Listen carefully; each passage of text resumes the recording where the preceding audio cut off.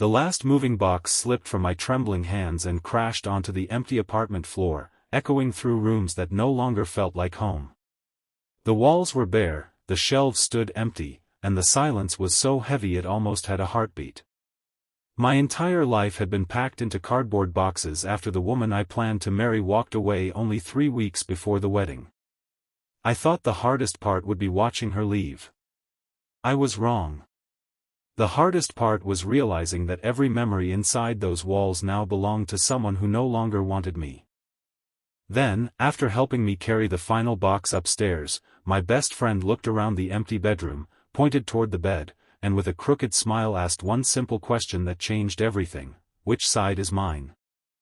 Before we continue this emotional journey, take a moment to like this video, leave a comment, share it with someone who believes in kindness and second chances, and subscribe to the channel.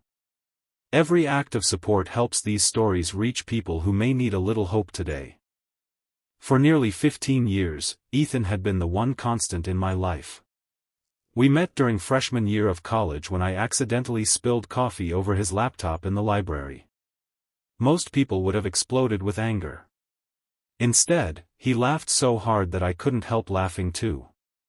That ridiculous accident became the beginning of a friendship that survived failed exams, career changes, broken cars, family funerals, promotions, disappointments, and every unexpected twist life managed to throw our way. If someone had asked me to define loyalty, I would not have pointed to a dictionary. I would have pointed to Ethan. When my engagement collapsed, everyone else seemed unsure how to act around me. Friends offered awkward sympathy before disappearing back into their own lives. My parents kept insisting I should move home until I recovered. Coworkers avoided mentioning weddings or relationships altogether. Ethan never pretended to have magical answers. He simply showed up. He came over the morning after the breakup carrying coffee and breakfast sandwiches. He sat beside me while I stared blankly at the television without turning it on. Some days we spoke for hours. Other days he quietly cleaned the kitchen while I struggled to get out of bed.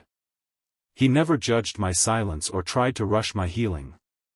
Somehow, his presence alone reminded me that life hadn't completely abandoned me. 3 months later, I accepted a job in another city. The apartment held too many ghosts, and every street corner reminded me of plans that would never happen. Starting over felt terrifying, but staying felt impossible. The move represented more than changing addresses. It meant admitting that my old life was over.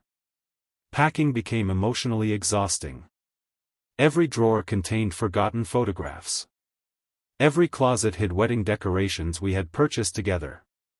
Every box carried another reminder of dreams that had quietly died. Ethan spent every evening after work helping me pack. He wrapped dishes with newspaper, labeled heavy boxes, and somehow found ways to make impossible days feel manageable. He never complained about the sore muscles or the late nights. He simply kept showing up. By the final evening, we were both exhausted. Rain tapped gently against the windows while thunder rolled across the city. Only my bed remained assembled because I planned to leave early the next morning. I stood in the middle of the nearly empty bedroom wondering whether I should sleep at all before the long drive. My body felt numb from weeks of stress. That was when Ethan leaned against the doorway, glanced toward the bed, smiled in that familiar way only lifelong friends understand, and casually asked which side belonged to him. The question caught me completely off guard. For one confusing second, I simply stared at him. Then he burst into laughter before explaining that he meant he planned to stay the night because driving home during the storm made little sense. The joke should have ended there. Instead, something unexpected happened. For the first time in months, I laughed until tears filled my eyes. Not because the joke was extraordinary. Because I suddenly realized I hadn't truly laughed since my world had fallen apart. That tiny moment broke something inside me, not in a painful way, but in the way frozen rivers finally begin to thaw. That night neither of us slept much. We talked until sunrise about everything except my failed engagement. We remembered terrible college hairstyles, impossible professors, spontaneous road trips, and ridiculous mistakes that somehow became favorite memories. We laughed about getting older, about our aching backs from moving furniture, and about how adulthood never looked anything like we imagined. Somewhere during those conversations, I realized I had spent months mourning one relationship while completely overlooking another that had quietly carried me through every disaster life delivered. Friendship. Real friendship. The kind that asks for nothing. The kind that stays after everyone else leaves. The next morning Ethan hugged me before I started the drive. He didn't give a dramatic speech. He simply reminded me to call after arriving safely. The new city welcomed me with unfamiliar streets and uncomfortable silence. Starting over wasn't magical. My apartment felt empty. I knew nobody outside the office. Every evening seemed longer than the last. Still, Ethan somehow remained part of everyday life. Sometimes he called while grocery shopping simply to ask whether cereal counted as dinner. Sometimes he mailed handwritten postcards containing terrible jokes. Sometimes he ordered pizza to my apartment without warning because he guessed I'd forgotten to eat after working late. Distance never weakened the friendship. If anything, it revealed just how strong it had always been. Months passed. My career improved. The sadness slowly faded into something gentler. Life began growing around the cracks left behind. One afternoon I received devastating news. Ethan had collapsed at work. A previously undiagnosed heart condition required emergency surgery. I drove 4 hours without stopping. The confident, energetic man who had carried my moving boxes now lay surrounded by machines that breathed and beeped beside him. Seeing someone who had always seemed invincible suddenly appear fragile changed something deep inside me. During the following weeks, I returned every weekend. I stocked his refrigerator. Paid his utility bills while he recovered. Drove him to medical appointments. Cooked meals neither of us particularly enjoyed but both knew he needed. He kept apologizing for becoming a burden. The irony almost made me smile. After everything he had done for me, he still couldn't believe someone would willingly care for him in return. Healing wasn't easy. Recovery moved painfully slowly.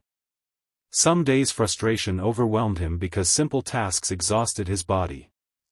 I reminded him of something he once taught me during my darkest days. Healing isn't measured by speed. It's measured by refusing to quit. Little by little, strength returned. Months later he walked without assistance. He laughed more often. Color returned to his face. One evening while sitting on his apartment balcony watching the sunset, Ethan admitted something he had never told anyone. Helping me after my broken engagement hadn't been entirely selfless. At the time, he had secretly been battling symptoms that terrified him. Doctors kept postponing tests. He feared something serious was wrong. Supporting me had distracted him from his own fear.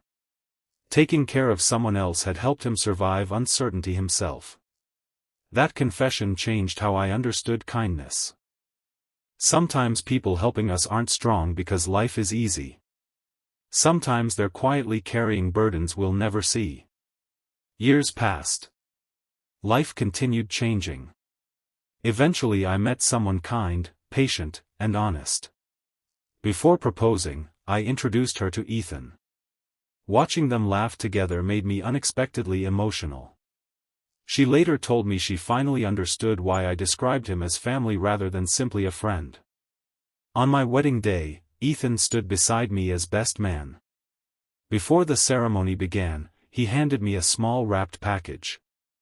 Inside rested an old apartment key attached to a faded keychain from years ago. It was the spare key from the apartment where my old life had ended. Attached was a handwritten note. He explained that he had kept the spare key all those years because he believed one day I would no longer need to unlock that painful chapter again. Today, he wanted to give it back because that chapter no longer owned me. I held the key for several silent moments before placing it into his hand instead. Some memories don't exist to reopen old doors. They exist to remind us how far we've traveled. He smiled with tears filling his eyes. Neither of us needed to say another word. Because real friendship rarely depends on perfect speeches. It depends on showing up. Again. And again. And again. If this story has touched your heart so far, please take a moment to like the video, subscribe to the channel, and share it with someone whose friendship has changed their life. Your support allows more people to discover stories that remind us hope still exists. Before we reach the end, tell us in the comments, who is the one friend who never gave up on you, even when life became its hardest?